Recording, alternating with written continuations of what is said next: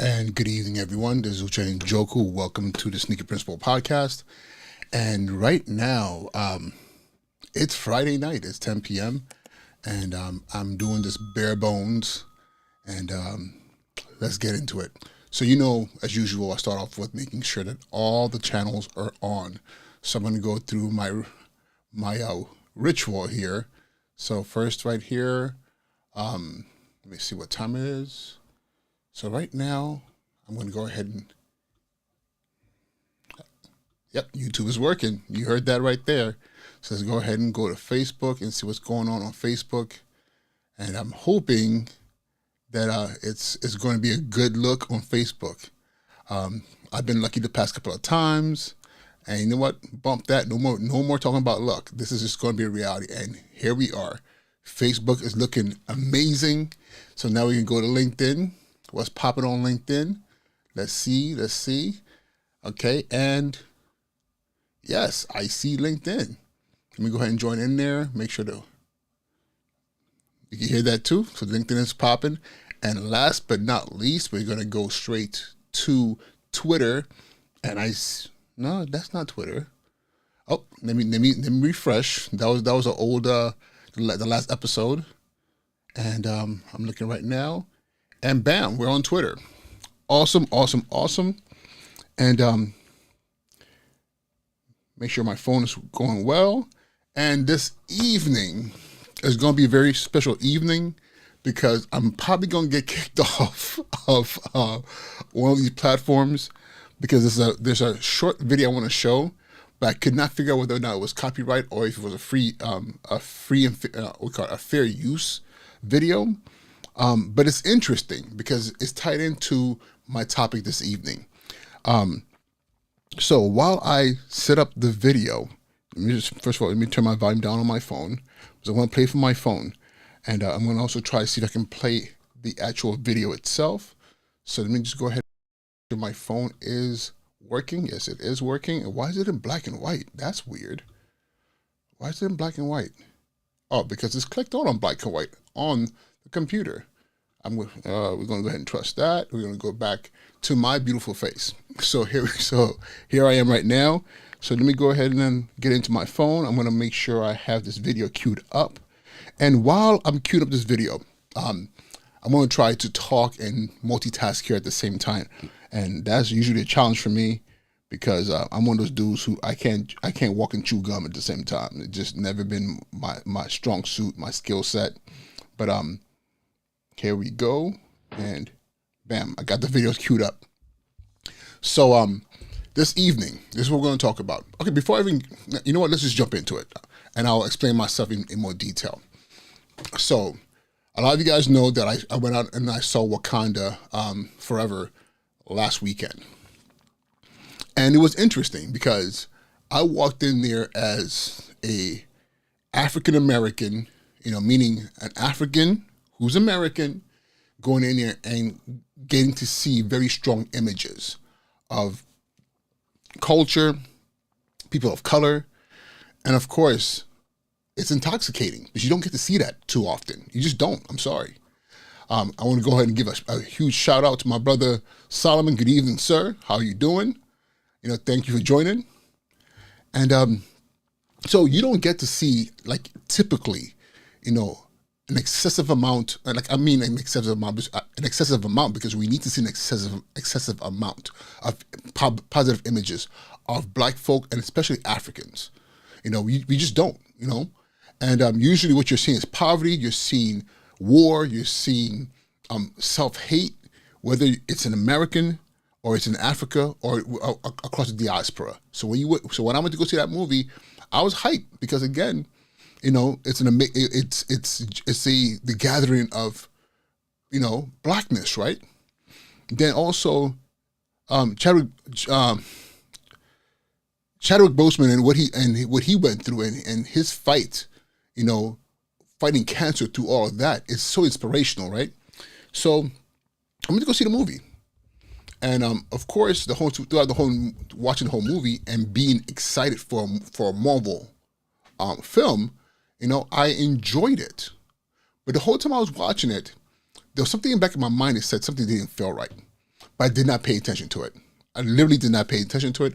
I was too busy and like enjoying and making meaning and making positivity out of what I was seeing. And being a consumer of social media, in the beginning, before I went to go see the movie, I saw a lot of people talking about like, oh my God, this is such a great movie. Latinos were like, yo, thank you for putting us in this film. And so it was so much positivity, on social media, right? And it's funny, after I saw the movie, I started to see the other side. People who are like, yo, this is trash. And not because of the action, not because of the quality. They were like, something is wrong with the storyline. It's jacked up. And then all of a sudden that thing was bothering me back in my mind started to rise up again. I was like, maybe there's something here I need to like really sit down and spend some time with and really try to understand. So before I get into that, I want to play, it's roughly about a minute of video. And it's a speech or part of an interview by Stephen Biko. If you don't know who Stephen Biko is, he was a freedom fighter from South Africa. And along the lines of a Fred Hampton, along the lines of a Malcolm X, along the lines of a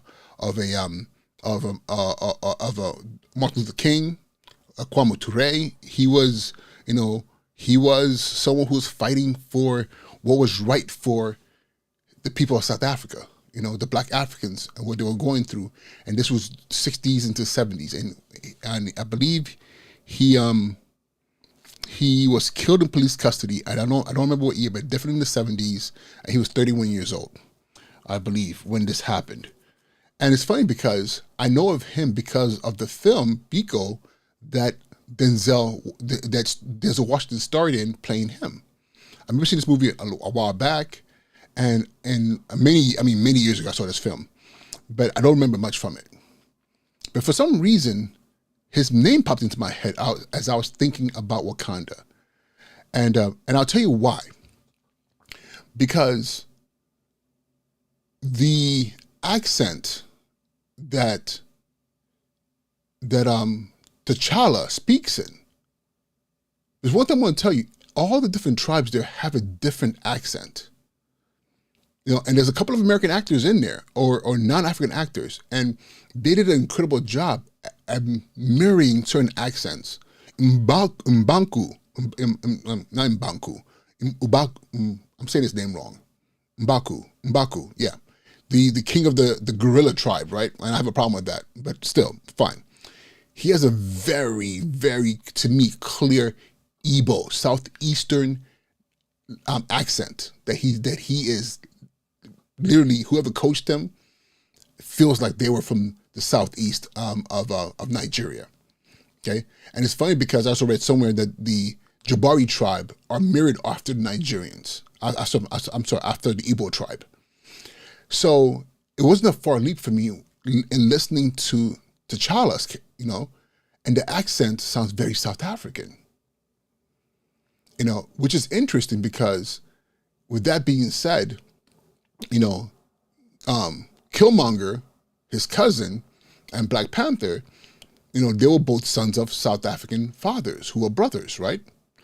And so it's very interesting because it kind of like falls into that sphere of all the things that happen in South Africa and this notion of, do we remain peaceful and try to find a path of cooperation with the aftermath of apartheid, or even during apartheid, and those who said no, we need to burn this whole entire system down.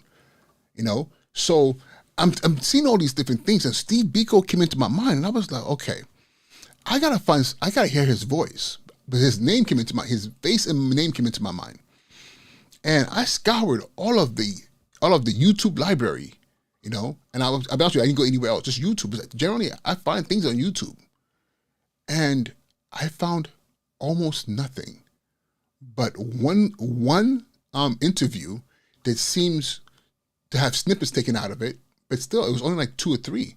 There's a lot of lectures about him, a lot of lectures about him, but nothing like really that falls into speaking about, like literally hearing his voice.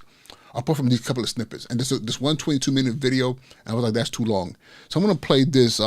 It's about a minute and 16 seconds, and more likely, listen, YouTube's algorithm is a beast. So more likely it's gonna shut me down. I'm probably gonna get a strike, but I don't care. I'll survive. All right. But I think this is very, very important. I feel like as right now I'm in my teaching mode, and this is what I would do for my students in my classroom, as a teacher. So let's go ahead and let me go ahead and bring up this. Let me see if I can get this set up right. Okay, I'm gonna go ahead and bring this up on my screen, and let me see if I can make this work. I'm almost there. How do I? What's going on here? I'm adding you to my screen and you're not working. Oh, it did work. I just couldn't. Okay. So I just got to turn this into a box. So those who are listening, I'm just trying to set up the actual screen so I can actually play it. So I'm just going to have this on my screen. So if you're watching this, you're going to see a small box on the side to my right or left. I'm not even sure. But let's go ahead and play it, and hopefully the audio goes through as well. We see a completely non-racial society. We don't believe, for instance, in the so-called guarantees for minority rights, because guaranteeing minority rights implies the recognition of portions of the community on a race basis.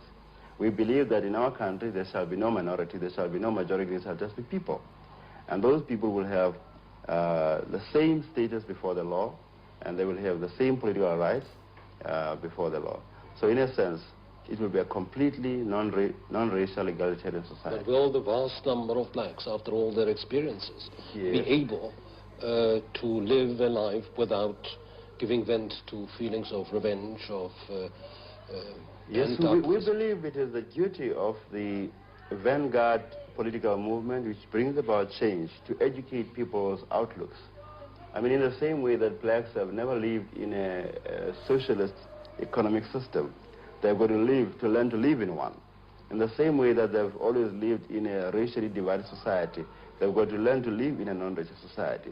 They've got many things to learn, and all these must be brought to them and explained to the people by the vanguard movement, which is leading the revolution. All right, so why did I play this? Because Wakanda Forever, Black Panther, both movies, has this very clear conflict. And the conflict is it's not with the characters. It has to do with philosophies around how, as people of color, as Africans, people of the diaspora, how we engage each other and how do we engage history that's not being kind to us, right? And Wakanda, this fictional country, sits in a space where it's literally in a bubble. It sees the world and what's happening in the world, but it's chosen to protect itself, to not fall prey or victim, to what has happened over the centuries. Specifically knowing that they have something of extreme value that they've been able to cultivate into technology and wealth and power that's allowed them to remain in its own bubble, right? In their own bubble. So now this is where it gets interesting. In real life, what Stephen Biko is saying, as far as the want for equality in the space where we're not about minorities and majorities, we're all about humanity, human beings, and making sure that we create a space where people are being treated as human beings and resources, are fairly distributed. And not only that, and ownership of those resources is clearly, recognized and maintained. With this sense of you treat us right, we'll treat you right, right? So there's this sense of we don't want to fight you. We want you to bring to the table and ask you, is what you're doing right? And how do we fix this so that we as a people can live in peace, right? So this is Stephen Biko, South Africa, and I'm just paraphrasing, right? So this is where it gets interesting. This evening, I actually sat down and watched the first Black Panther again. And I won't lie to you, at the end of it, I was a little disgusted. I was disgusted with myself. Because there were things that I didn't see the first time or the second time or third time that I saw now while I'm being conscious of the repaying attention of the dynamics. And let me tell you a couple of things. You have a nation, a fictional nation, Wakanda, who is refusing, absolutely refusing to be helpful to any other black nation, other than, I mean, no, not other than, just not. We're not gonna get involved. We protect ourselves. We're protectionists of our nation. Period. Don't get involved. And that's Killmonger's beef, right? But his beef is multi-layered, because at one level, he's really going through pain. He didn't have his father. His father was murdered, and you don't know all the things he went through. They don't really talk about his mother, so you don't know whether he was by himself, if he had to go to his foster care, all the stuff he had to go through. It's funny because where he grew up. It was in Oakland. If anyone knows anything about California and Oakland and just California street culture, it's not the nicest environment to grow up in, right? So he grew up through all that. But not only that, in the midst of that, he knew who he was. Nobody had to tell him. His father told him who he was. So he knew who he was, which makes me think about Kyrie, when Kyrie says, how can I be if I know who I am? So Killmonger knows who he is, and he's enraged by the fact that who he is, his culture, took something away from him, right? So that's a space that's very, very clear, that these things are happening. But then it gets even deeper, because you also have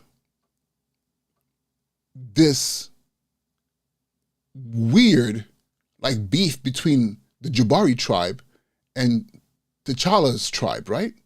M'Baku is like beefing with him, It's and it's funny because it's not just plain beef, it's a cultural thing. You guys are so busy being modern and technology and everything that you're forgetting the culture. So this film is also depicting this sense of instability within African culture that is not true, not the way that they're portraying it, but that's like the initial seeds of it doesn't matter how much technology you have, how much power you have, how much wealth you have, your house is still dirty, right? And then it just keeps on going. It just keeps on going, and all of a sudden, guess what? This beef, this fabric that seems to be what's going on here? What's the real beef between the Jabari tribe and T'Challa's family? Then gets flipped upside down, because here comes Killmonger, who walks in and literally tears everything apart, and this powerful old fictional nation seems to be like paradise literally falls apart, and they start fighting each other. Civil war. Biafra, Hutus and Tutsis, all the civil wars in Africa. It's almost like it started to become a mockery of see, it doesn't matter how powerful you are, y'all can't even handle yourselves. And I'm watching this film and I'm thinking to myself, man, was this intentional or am I just making it up? But I'm seeing it. There are parallels in this film with this narrative of black folks just not being able to get their stuff together. It doesn't matter how much money they have. It doesn't matter, what advantage they have. It doesn't matter. It's regardless of the advantage, the end result is going to be the same. War, strife, beef, and all that stuff, right? Which is typical what you see when the media portrays black people across this world. But it gets interesting. We're still talking about the first Black Panther. I forget his name, the CIA agent who becomes the first white man, apart from the other guy who walked in there and stole stuff, who's brought to Wakanda, and because he was hurt and they healed him. But at the end of it, the thing I noticed that was very interesting is that he was kind of the savior, because Killmonger had sent ships flying who were about to go drop weapons around the world, right?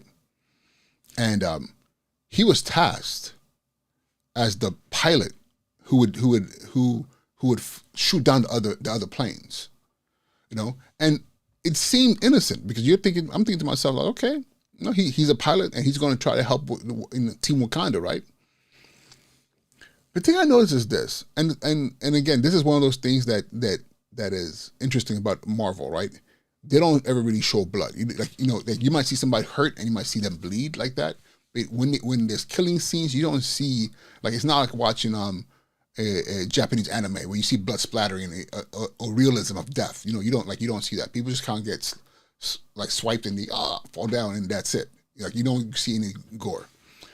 But as I'm watching this, there's no gore, and it's very well staged fighting, right? But people are dropping. And what I'm seeing is this: black people killing black people. Like, their bodies everywhere.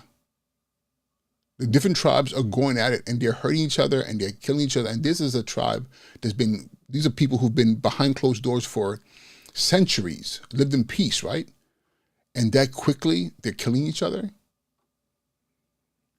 And then the pilot, the white pilot who's flying his plane, he's shooting down the other planes. But one thing I noticed, that not once did they ever show the pilots of the other planes. Like, when you watch movies, right, and you see planes fighting each other, you always see the pilots. You see who's flying that plane, because then it gives you more suspense.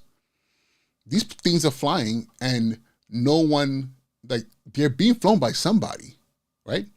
But nobody, you never see them. So he shoots down at least 1, 2, 3, 4, 5, probably 5 or 6 planes, right? So I would imagine it's probably a manifest of a crew on those spaceships or those planes, but they never show them. So all he's doing is shooting down planes. He's not killing black people. So the film makes it very clear that black people are killing black people, but you never see that on the other side. And I think it's just very interesting, because, again, I'm just thinking, like, psychologically, what is the intention of this? Because now that I look at it, everything in it just seems really kind of jacked up. And why is this important? Because one of the things I learned teaching history and learning history is how powerful propaganda is. Like, when we tell narratives and tell stories that fall into the space of entertainment, then we don't take it as seriously. But some of you might say to me, like, you know what, Uche, you're overthinking this. Okay, fine, I'm overthinking this. So let's get to Wakanda Forever. The sequel to Black Panther. And spoiler alert, if you have not seen the film, go ahead and log off. If you're concerned about spoiler alerts, I'm one of those people, I don't really care. If I want to see it, I want to see it. But I just want to be fair to everybody who might not have seen Black Panther. So I'm going to give you like 5 seconds. If you need to jump off and go somewhere else, or leave the room. Okay, 3, 2, and 1. All right, let's get into it. So the first Black Panther is a civil war. It's really about a civil war. Africans killing Africans. And it's instigated by an African American. So kind of perpetuating that mistrust of people in the diaspora, of that mistrust of people in the diaspora, and that myth of them not being African enough or not worthy of Africanness, which is a complete myth, right? And then but the other way around, that the African American who's like, y'all are dirty. You see us out here suffering and you're not doing anything about it. Okay? And this is an age-old argument. Whenever you hear people say, well, it was other Africans who sold other Africans, again, perpetuating a false narrative, And what I mean by a false narrative, like not giving the full story, the full picture. It's just very simple to say, hey, it's you guys did this to yourselves, so we don't take any ownership of what happened, right? But no, the sequel, it's not a civil war. It's LA. I'm going to say why I say it's LA, why it's Los Angeles. Because I grew up in LA in the 80s and 90s. And there was always a very, very palatable tension between Chicanos and black folk. Poor brown folk and poor black folk. There was always some kind of tension there. You know, I remember, and let me tell you how for me, I first like really understood it. You know, I went to middle school, and it was very clear. The Spanish kids didn't. I mean, the Chicano kids or the South American kids or Latinx or Hispanic kids didn't hang out with the black kids. It was very clear racial divide. The few that did, it was very, very rare. And me being an African kid, I found myself like not really having any African American friends because I was like that. I mean, this is the 80s, 90s, so being African was still very like strange. Now Africans are everywhere, so it's not even a big deal. So I remember just spending a lot of time by myself, and I remember the first kid who came to me and was like, "Hey, what's up? How you doing?" Was this kid Alfredo Moreno, and I don't know who he is now. It's been 30 years or even longer. But he was like one of my first friends, and I just remember thinking like, okay, this is a cool dude. But I also remember noticing that all the black kids looked at me like, yo, why are you chilling? Why are you hanging out with him? And they just kind of chalked it up to like, oh, he's African. He doesn't know any better. And then I remember that, and then it was further perpetuated when I got to high school, and I was in ROTC, and I was in. For those of you who don't know ROTC, I was it's like a little cadet program in the school, and those of us in the cadet program, we all kind of hung out with each other. You know, we hung out with each other, and it was a very mixed group, and we were probably more diverse as far as hanging out with each other than the rest of the kids on campus. And one of my really, really, really good friends, Angel, I remember him. We didn't only hang out in school; we would hang out after school. You know, but we always would hang out in like the neutral zone, which was any part where people of mixed races were always out. So like the main streets, stuff like that. We never hung out in the neighborhoods. I remember one time he invited me over to his house, and I was like, okay. And he literally lived on, and I'm going to say this for lack of better terms because this is how we spoke back then. He lived in the Mexican side, you know, and of town. I remember he told me like, hey, come in my house. You know, it's cool, but meet me on this corner of this street. And I literally had to meet him across the street from the border going into his neighborhood. And I couldn't walk into his neighborhood by myself. He had to come get me. And we walked in together. And he was telling me, just be chill. If you're with me, you're good. And that was like, it was strange. And as I remember I was walking, there were people who were staring at me like, yo, who is this? You know, who's this Moreno? Like, you know, it was like straight up like, yo, this is the high tense. And this was just the norm. So Wakanda. So the sequence of Wakanda is just, and I think that's what bothered me, that you had, I think they were Mayans, right? Mayans, right, or Aztecs, but I think they were Mayans. I think Aztecs were a little bit. I'm not even sure. Okay, please forgive me, and I should have done a little bit more homework to properly identify which group, how they represented them in the film. But either way, they were clearly, and people have been saying, they're clearly of like that Mexican, you know, ancestry, or the ancestors of the Mexicans, right? So you have this beef between Namor's people and Wakanda. And what are they doing? Killing each other. So the first movie you had a civil war where the black people were killing each other. Then the second movie you had a war between, you know, Hispanics or Latinx and Africans, however you want to put it. They were killing each other. Not only were they killing each other, Namor straight up murdered T'Challa's moms. He was responsible for her death.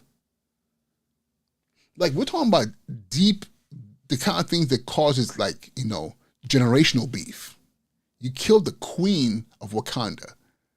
And I'm watching this, and now I'm looking back, I'm thinking, like, why did they write this? Why did they write it this way? Because for a film that you can celebrate to say, oh my God, look at the cast of beautiful black and brown people. It was a gang war. It was legitimately a gang war. Even the way the film ends, the way it ends, Namor literally said it.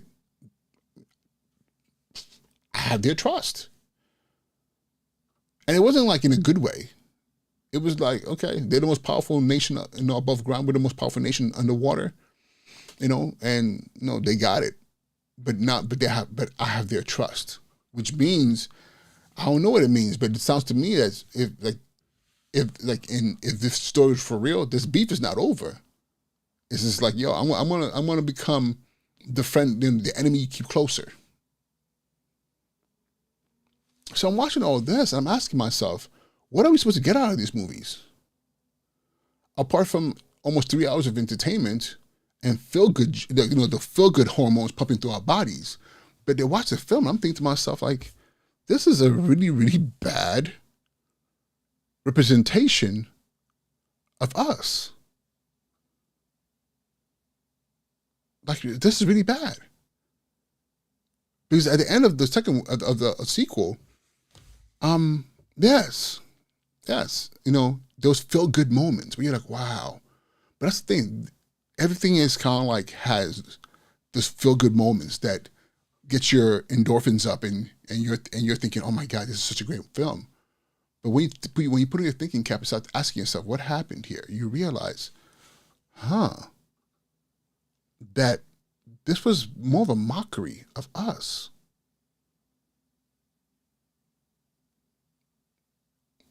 Africans don't know how to even be peaceful with each other. They'll kill each other for the smallest thing and the biggest thing. And, blacks and browns, for sure, that's just everlasting beef, right? And I asked myself, why? Why was this written this way?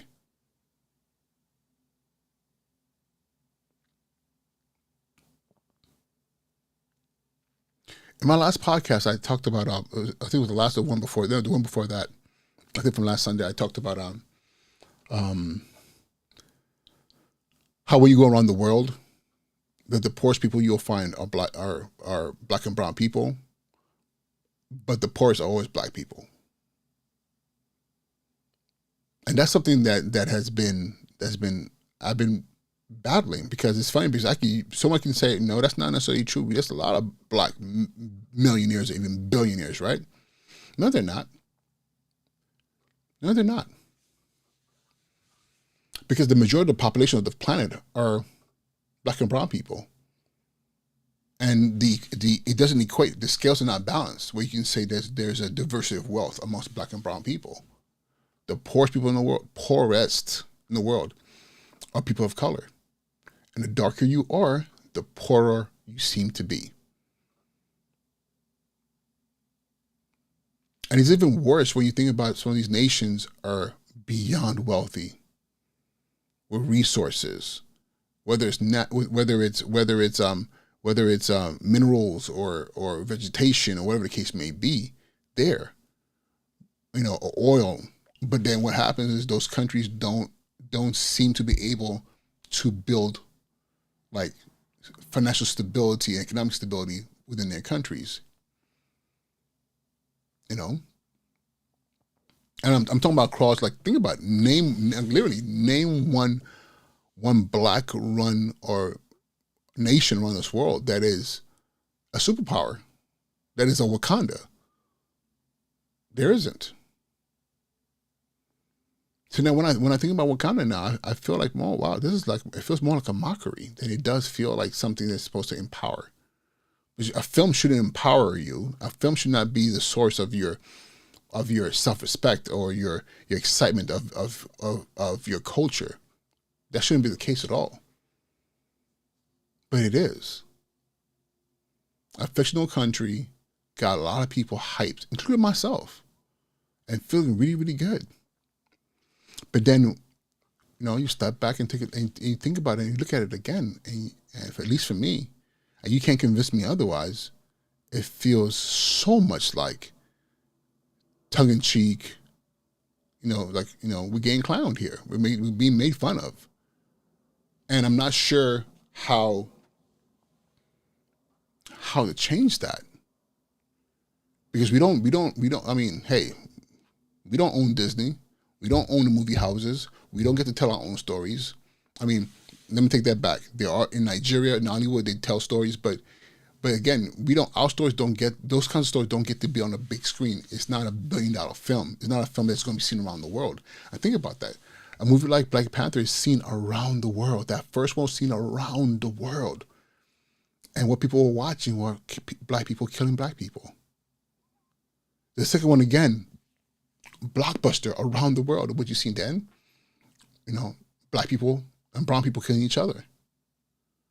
Murdering each other in cold blood. Even though they talked about colonizers and the rest of the world and, making sure they're protecting each other. But in the midst of trying to protect each other, you're killing each other, right? And mind you, this is how this story was written, how it's scripted, how it's approved. What is this telling our children about who we are? What does it say to them when we go to this movie and we're like, yes, Wakanda forever and all that stuff, and we're so excited.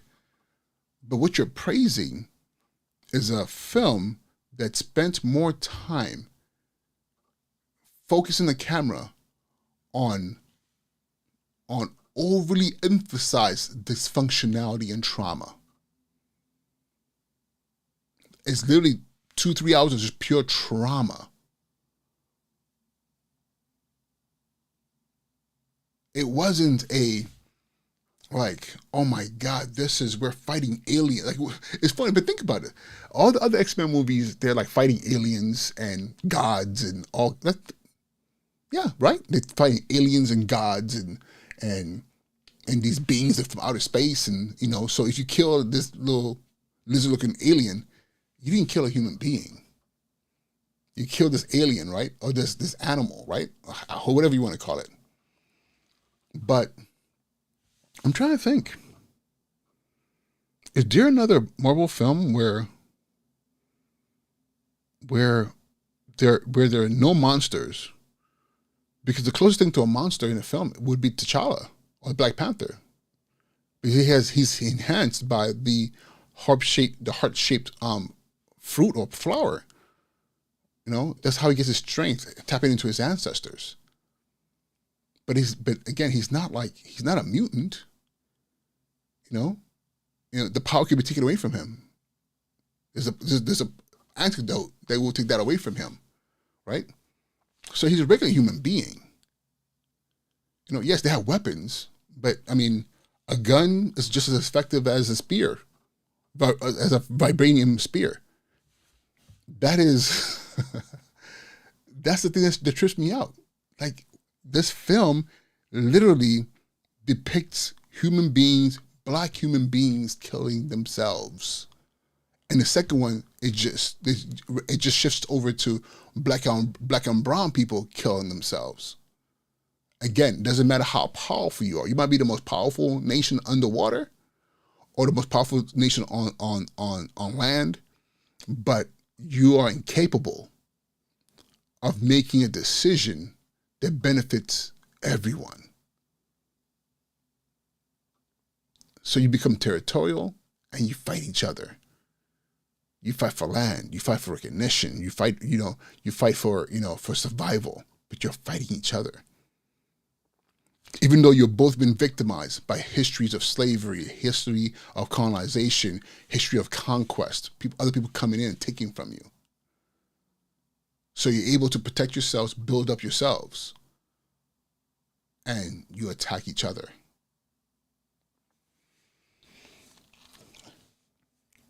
In my last podcast, this is literally the last one, I talked about how it's very, very important that you protect your mind. You protect what you take into your mind. You protect what you ingest, because at the end of the day, remember this one thing. If you're not careful, you'll fall for anything. And I'll be honest with you, I fell for it. I fell for a hook, line, and sinker. I was like, man, Wakanda forever. I was like, I was all about it. I was just like, my goodness, this is look at. I mean, again, I got caught up with like, look at this beautiful black people. Then when I saw the Mayans and Namor, I was like, yo, they're in their full regalia, looking just amazing and powerful. You know, man, they getting shot and the water's healing them and they're recovering, and like this is just dope, right? They're just fully protected by their ancestors. And they fight each other.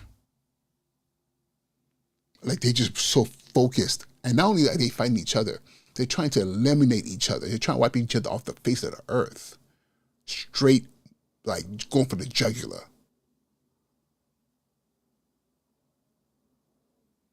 And unfortunately, this is something that I saw growing up in LA. You know, Bloods and Crips fought each other. And then you have to watch out for the essays. You know, I read it in history class. You have the warring tribes, you know, fighting for whatever reasons, for powerful positioning, especially in spaces where the former, but I wouldn't even say former, colonial masters, it doesn't matter whether these nations had independence, but colonial masters still had interest in these nations and had no problem pitting tribes against each other. When the British left Nigeria, they intentionally created a situation where there would be mistrust and infighting. Because if you maintain instability, guess what? You can tap into unsavory characters who are willing to sell out their own people for money. Again, this film really projected something that man, they were good. They're good. Like people. I'm sorry, I fell for it. I can't listen. Maybe I'm just tripping, and you guys were like, oh my God, I saw that. But again, it's something that I just literally had to I'm telling you, this evening I literally sat down and watched the whole first one again, and at the end I was like, yo, this movie's really messed up. Brother Solomon says, whoa, that's deep. I didn't think about it like that. We're all just redistributing the same trauma that was inflicted on us. Facts. But the thing to remember is this. Let me tell you this disgusting part about this. Because Black Panther is being touted as a black film. The majority of the main characters are black, right? And they're Caribbean, they're Africans, they're like, you know, M'Baku, I think he's from Trinidad. The sister, I'm bad with names. She's got from Guyana, but she's Caribbean. I know she's Caribbean. Then you have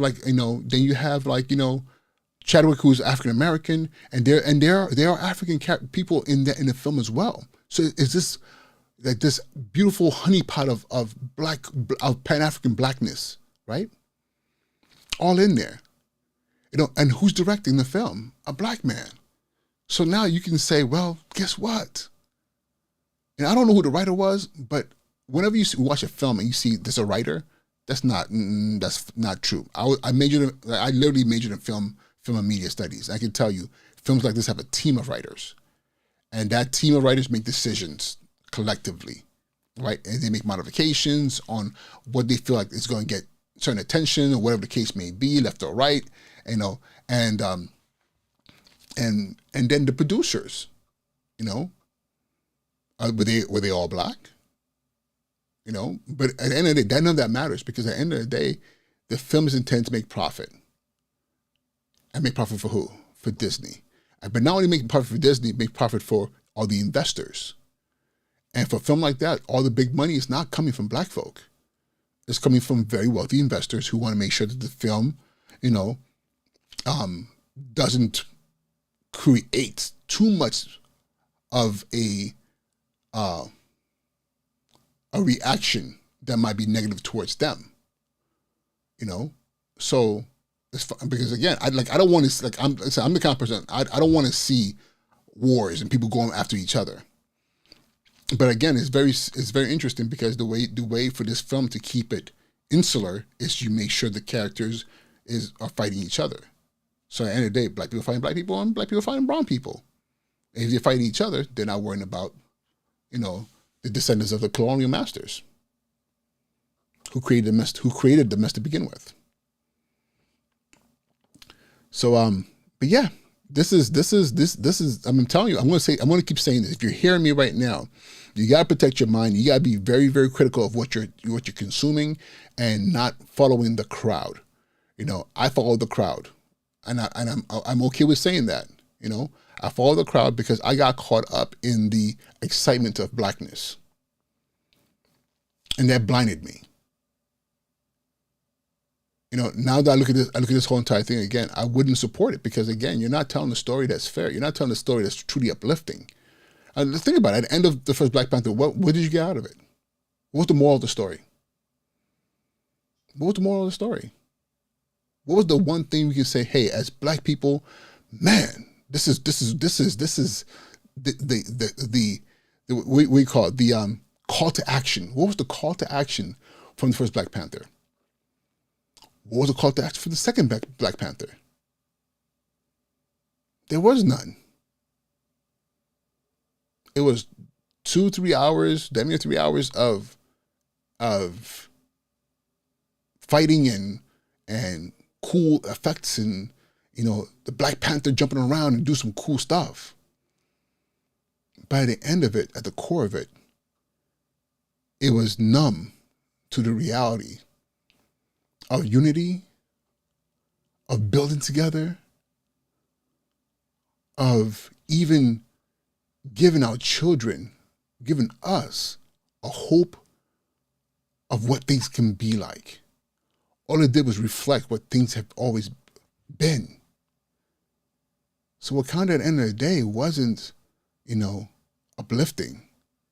If anything, it blinded us from the fact that we have a lot of work to do, a whole lot of work to do.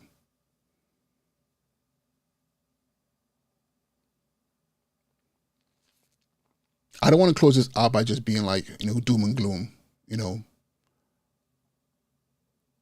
So I'm going to try to find a call to action that you could partake in, you know, something that I'm definitely going to, you know, make sure to do myself.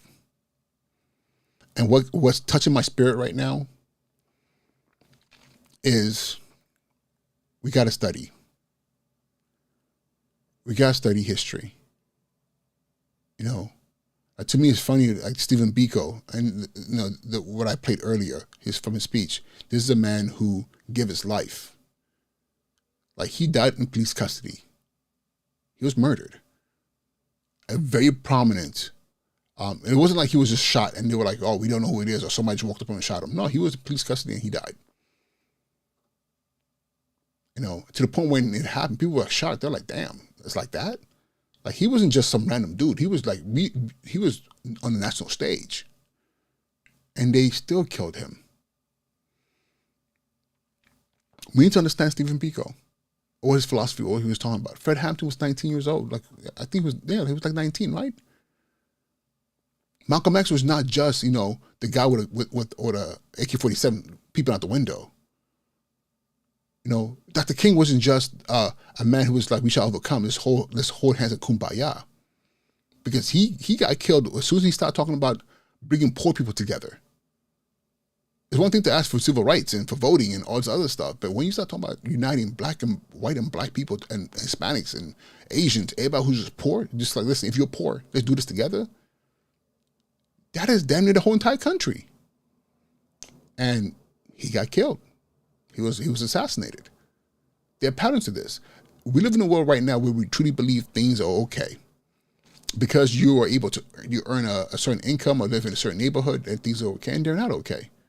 They're not okay for black people. They're not okay for brown people. They're not even okay for white people. Because at the end of the day, I really believe that most human beings want to live a free,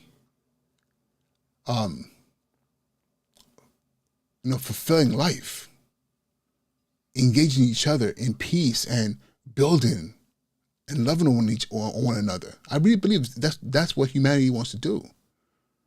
But there's so much that's been built out to make sure that doesn't happen. And it worries me because as a teacher, as an educator, our kids, they're not just learning in school. They're learning from all these spaces, what they see in the movie. Especially the majority of our kids are completely tapped into social media. So in those spaces, they're pulling in so much misinformation, or better yet, not even misinformation, even worse yet, no information. They're getting content that means nothing. And so this is what I'm saying. We gotta learn our history. We gotta learn each other's history. We need to start knowing who these people are. We need to start doing some critical thinking and reflecting on how what's happening now, is this a repetition of what's happened in the past? We can't fall for the okie doke. We can't just consume anything. We have to start questioning what's happening, why it's happening. Because at the end of the day, think about this. This is a cycle, and people say 400 years. It's longer than that. But still, for 400 years, we're still in the same revolving door. And even though things might seem better, people not being fire hosed down in the streets, but is it that much different? Is the feeling different? Is the feeling different? Do you feel free? Do you feel free as a human being to speak your mind, to move anywhere you want to in this world and not feel like you might be a target? Or you might be seen as a threat? I think the key to fix this is in our history. There are certain things that we have not pulled out, held on to, and unpacked to make sense of what we need to do moving forward. I'm spending a lot of time now doing that, like just understanding, learning, trying to figure things out, because at some point I gotta explain this to my son. I gotta explain this to my daughter. The one thing that I can leave them is what I teach them. Is what I teach them will always stay with them. Money will vanish. Youth will vanish. But what you were taught, your belief system, how you move in the world, the thing that reinforces your values and your character, that's taught. And I want to make sure that my kids are grounded in history.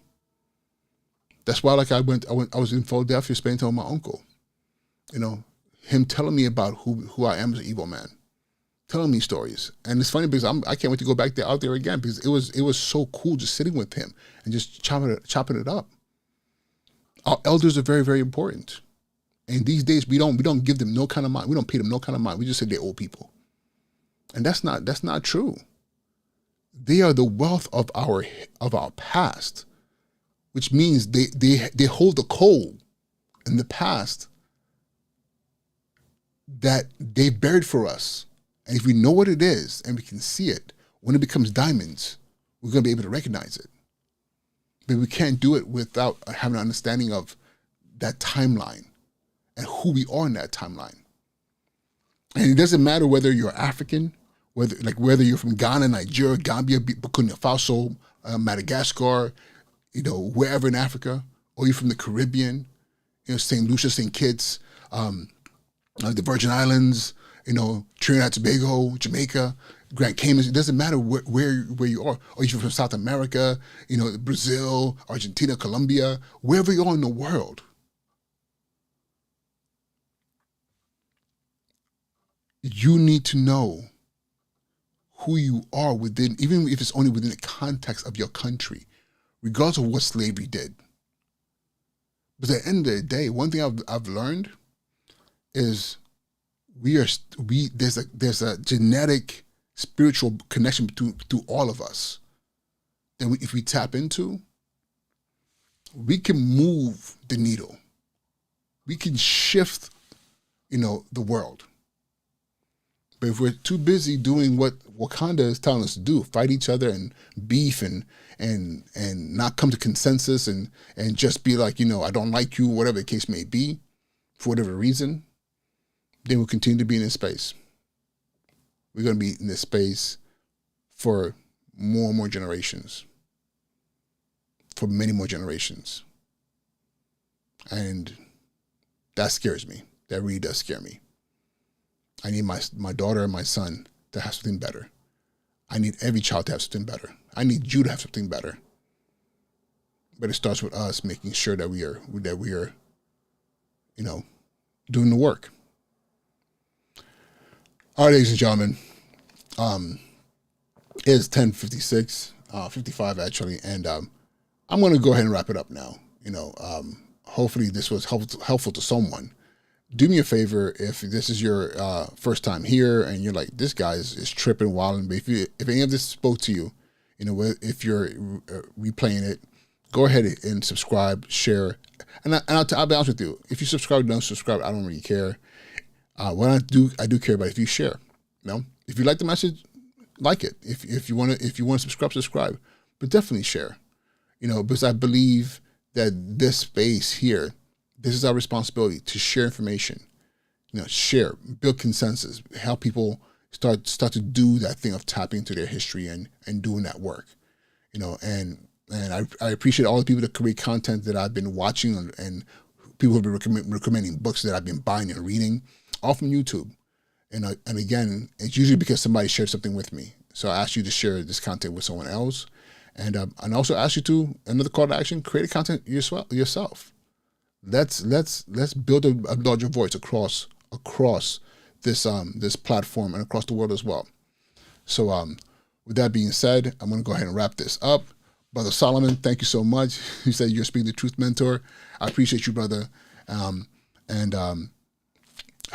With all that being said, have a good night, have an amazing weekend, and I'll see you all on Sunday night at 10 p.m. All right? Be well. Peace.